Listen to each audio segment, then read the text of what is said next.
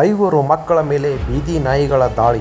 ಮಕ್ಕಳು ಆಟ ಆಡುತ್ತಿರುವಾಗಲೇ ಅಟ್ಯಾಕ್ ಮಾಡಿದ ಬೀದಿ ನಾಯಿಗಳು 5 ಜನ ಮಕ್ಕಳ ಮೇಲೆ ದಾಳಿ ನಡೆಸಿದ ಘಟನೆ ಶುಕ್ರವಾರ ನ್ಯೂ ಗಾಂಧಿನಗರ ಹಾಗೂ ಉಜ್ವಲ ನಗರದಲ್ಲಿ ಪ್ರತ್ಯೇಕವಾಗಿ ನಡೆದಿದೆ.